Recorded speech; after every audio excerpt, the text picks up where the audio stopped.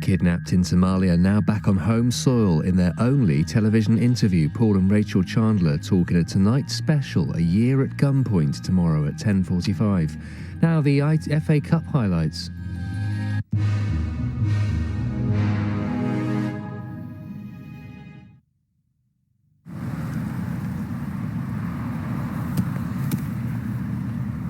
Ooh. All right, mate. I bought you a Scotch egg. Thanks. ITV's coverage of the FA Cup with Keith, Ian and Andy.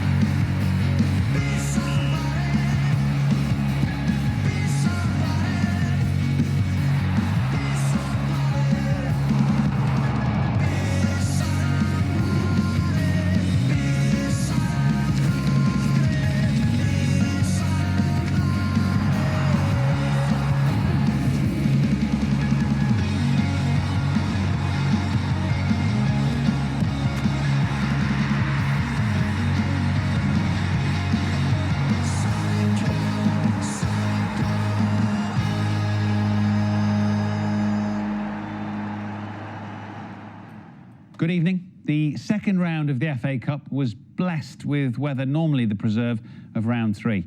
Fortunately, only 2 games fell foul of the conditions, those at Notts County and at Hartlepool. The rest all went ahead, and over the next hour and a half, we'll see them all. Freezing temperatures up and down the country meant fans had to dig deep into their winter wardrobes to stay warm. A day for layers. FC United fans will never forget the club's roots. The trip to Brighton was a chance to win a place in the third round draw alongside the other United. AFC Wimbledon missed their own date with destiny against MK Dons in this round. Stevenage stood in their way today. Crowds flocked to Dover after their win over Gillingham, as Aldershot were in town, and the boys in blue were a bit more relaxed today. Swindonians had a choice this weekend, Town or at Crawley, while the lesser-known Supermarine travelled to Colchester. There were 6 former winners of the FA Cup in action today. All the goals and all the stories are on the way.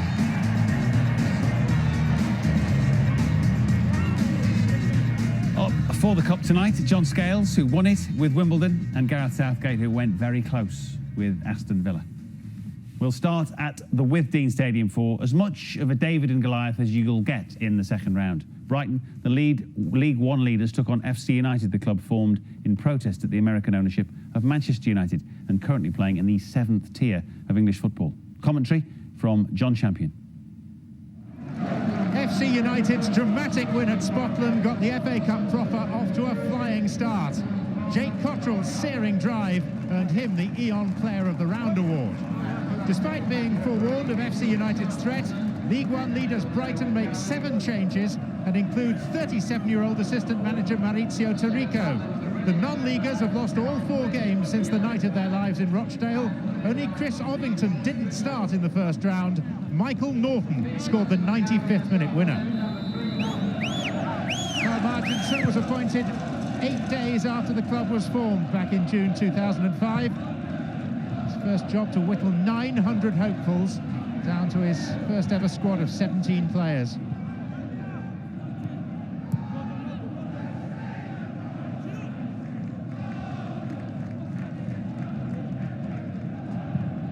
Elphick. Barnes. Shouldn't have got past Jacobs, but did. And Ashton is called upon.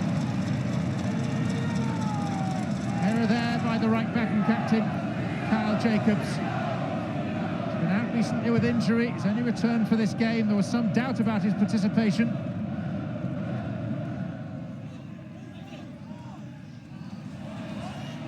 Painter. Barnes. And Baz! All the early chances coming Brighton's way.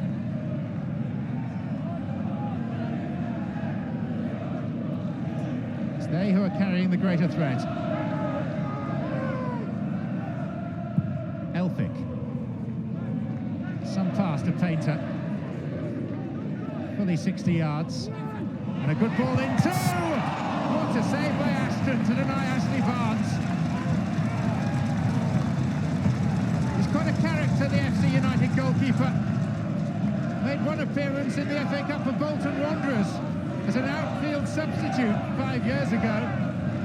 That is an outstanding piece of goalkeeping. Now Bennett. Powerful shot on him, and it seemed to swerve. It's all that Ashton could do to parry it. He's been by far the busier of the two goalkeepers. Some of his saves have been outstanding. Some have had an element of fortune. But he's not been beaten yet. Deegan. Picked off by Jacobs. Rocker. Scored the winner in the fourth qualifying round against Barrow. Norton. And Platt! They're up to their tricks again! It's Nicky Platt, the man who opened the scoring at Scotland 3 weeks ago. And having only really been on the receiving end for most of the 39 minutes so far, it is the non-leaguers from the Evo Stick Premier who have struck first. A rare sortie into the Brighton half. Some neat approach play, lovely layoff by Norton, and Nicky Platt did the rest. It couldn't happen again, could it? Kishishev.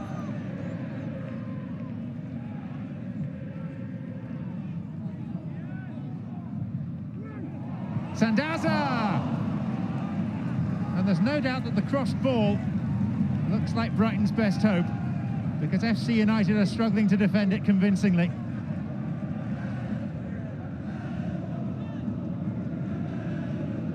Kishishev. Tarico. Bennett. Sandaza with so much time and still unable to hit the target.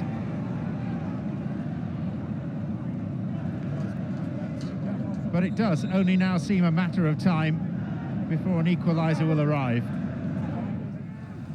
Tarico. Now Marcus Painter. And something seems to have happened off the ball. There is a Brighton player down, Gary Hart, clutching his face. And fingers are being pointed accusingly at Scott McManus. And the referee is going to have to sort this out. Stuart Butler, his assistant, has come on waving his flag. Scott McManus is the player being picked out, and it's a red card for McManus, the central defender. The suggestion is that he used his head and butted Gary Hart. It's a moment of indiscipline that FC United can ill afford, hanging on to this tenuous lead. But they will play the remaining 20 minutes with only 10 men. Norton worked tremendously hard and continues to do so. Michael Norton with a deflection on the shot and a corner. And anything that relieves the pressure has to be welcomed by the non-leaguers now. Rocker. Monroe! Clear chance to make it 2. 8 minutes away now, Carl Marginson. Bridcut. Now Tarico. Brave header by Monroe. And now they must defend again. Tarico! The equaliser at last. Sandaza runs away in delight. It's arrived with 83 minutes on the watch. And it is the Spaniard, the half-time substitute. The goal set up by the assistant manager Tarico. Turned in by Sandaza. The 10 men finally broken down.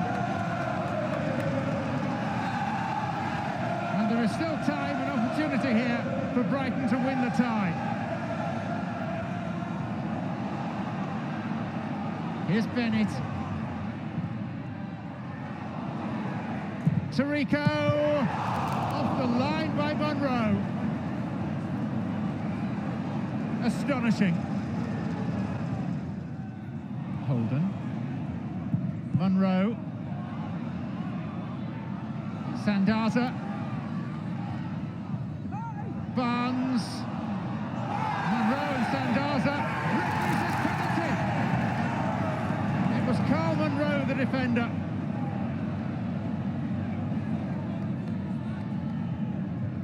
FC United's time in the FA Cup has been memorable. But is it about to end? We are in the 96th minute. Elliot Bennett saved! Ashton is the hero! And this tie is surely heading for a replay. And what a save from the former Bolton man, flying to his right. The management team on the touchline, and there will be 2 Uniteds from Manchester in the 3rd round draw for the FA Cup. FC United came within 7 minutes of another remarkable win. Brighton were 1 penalty away from their place in the 3rd round, but Sam Ashton's save means the sides will meet again at Gig Lane in Bury. The fairy tale continues. There is at least one more chapter to be written. It's finished Brighton 1, FC United 1. Carl, you've certainly got a sense for the dramatic, haven't you? Yeah, most definitely. It was frantic and fraught at the end, and you know, I wouldn't say we were unlucky because obviously Brighton controlled long parts of the games. I think we only had one shot in the first half and scored from it. So, you know, but that, like we said before, I think that's the magic of the FA Cup, that you know, you get little fairy tales as such, and you know, ours is still alive at the moment. 96th minute when the penalty was taken. What was going through your mind? It's going at the right side and I'm going to save it. That was it. The assistant manager, Roy Sewell, said to me, every penalty that they took, they hit down the right, apart from one lad who's hit them down the left. So I just went right, and luckily my hand touched it and it went round the post. Are you pleased to have a replay, or is that another frustration for you? Well, I think FC United deserve to have the replay because of the way they try and they run and they defend and they put everything in front. To be honest, I probably play the second team in there. We respect the position, we respect the fans. We try to put that team in there to go and win the game. It was superior to the position. We didn't win it. I don't want the second game to affect the position that we are in the league. Sense a little frustration from Gus Poyet, not surprisingly. Gareth, from an FC United point of view, it's got so many good ingredients, this story, and seems to refuse to end. Oh, fantastic achievement, and of course the dream for them is that they're in this 3rd round draw and we all know who they're waiting for, so they've kept that alive. I thought they rode their luck at times today and they nearly cost themselves with some ill-discipline at the end, but fantastic performance from the league they're in to be in the 3rd round draw. Johnny talked there about a second string side for the replay. Made 7 changes today, Gus. Put his assistant manager, who you played with at Tottenham, Mauricio Tarico, in. Is that okay? You okay with that? Yeah, he's got to do what he feels is right. You know, but when you've got to give credit to the performances of the FC United players. But you know, Gus is a bit unhappy with the booing. I think there was a lot of disquiet from the Brighton fans. They really weren't happy. They're obviously doing well in League One, but the performance today, they had the chances. They could have won the game. But again, Sam Ashton in goal had an outstanding game. He pulled off save after save. And, they got just rewards. They've got a great replay back at Gig Lane at Bury's ground. That's going to be some game for them. Carl Marginson afterwards was clearly honest enough to say we had, I think, 1 shot in the first half and in it went from Nicky Platt. Yeah, it was a good move, actually. I mean, Brighton were well on top. It's Rocco who plays it in. And the centre-forward, Norton, does really well. Good hold-up play. cracking finish. Yeah, I thought he did well all night. You know, throughout the afternoon in the game, Norton, he was pretty much a lone striker on his own. He worked his socks off up there, and you know, he had a great touch, and to have the awareness just to lay it off for him, and a really neat, crisp finish. Now the big sub Sandaza, not your kind of typical Spanish player. Apparently, you said he took an age to get on. Well, they didn't want to let him on with his tights, and then he played more like a sand dancer than a Sandaza for 15 minutes. But go on, son. But it was great credit. He kept going. I mean, Brighton play some fabulous football. Yeah, they really do. You know, Gus Poyet's got them playing it out from the back. You know, they're well ahead in their league at the moment. And you thought it was just going to be one of those days where it didn't happen for them, John, didn't you? And then, well, Mauricio Taricco at 37, you know, you didn't expect him, you know, you'd think he'd be alongside Gus Poyet on the bench. There he is out on the pitch at 37. He gets the first cross in, comes back across, gets the header, and, you know, it was let's say a lucky finish, but he was in the right place and we'd seen him putting himself about, getting into good chances, and you know, he gets a very, very important equaliser there. A well-positioned knee. Yes. Guiding it home. The penalty, which of course could have decided it in Brighton's favour. Penalty first and foremost? Yeah, definitely. I mean, they did lose their discipline because they'd already had the sending off for an off-the-ball incident, and then last seconds of injury time. I mean, I don't know why he's shaking his head, because it's a definite penalty. Mr. Monroe. And you're thinking, well, that's it, the dream's over. And then there he is. 96th minute. It's a credit to them that they've done the research that the assistant said. Most players take it down. I mean, that's a good indication of how they're going about their football. Well, it shows that, you know, you're preparing for a game like that. You're looking at every angle, every, you know, eventuality. That's you know, credit to them again, you know, for preparing in the right way. And Sam Ashton again coming up there with a fine save. 96th minute, and amazing story that he played for Bolton 5 years ago, wasn't it? That Sam brought him on in a game. Fantastic. And FC United in the third round draw. Plenty more FA Cup tales to come tonight. Dover Athletic were non-league winners in round one, seeing off Gillingham. They entertained Aldershot this time around.